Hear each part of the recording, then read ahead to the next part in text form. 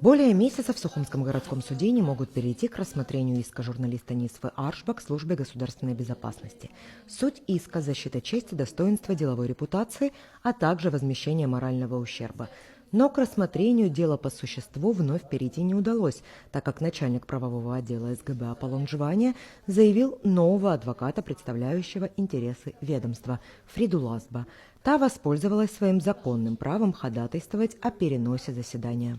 Я бы просила в соответствии со статьей 33, которая дает мне право заявлять ходатайство, в соответствии со статьей 51 и со статьей 164 просить об отложении судебного заседания на усмотрение суда, для того, чтобы все эти действия, которые мне закон позволяет сделать, чтобы я могла их осуществить и эффективно осуществить защиту моих доверителей, я прошу отложить судебное заседание.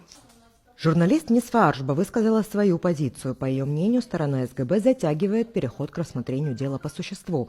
Она рассказала, что сначала служба госбезопасности привлекла одного адвоката, который, запросив время на ознакомление с материалами, вышел из дела.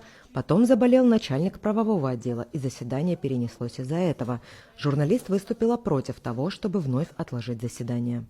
И все это время, все эти 36 дней мы ждем, либо когда адвокаты изучат дела, либо когда выздоровеют представители СГБ.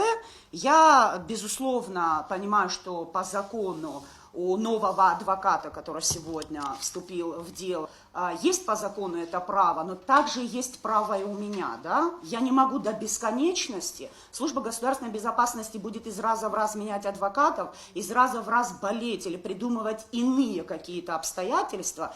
36 дней у службы государственной безопасности было на то, чтобы подготовиться эффективно, неэффективно, свидетелей и все остальное привлечь. Поэтому я...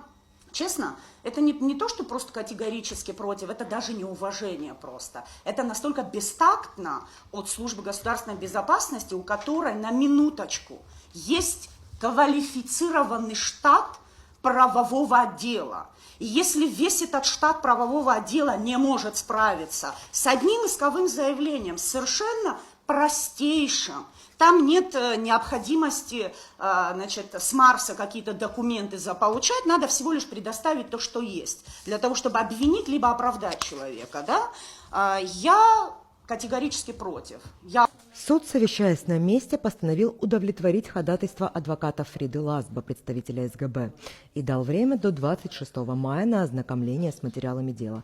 На эту дату и назначено следующее заседание суда. Элеонора Гилаян, Инала Гухава, Абаза ТВ.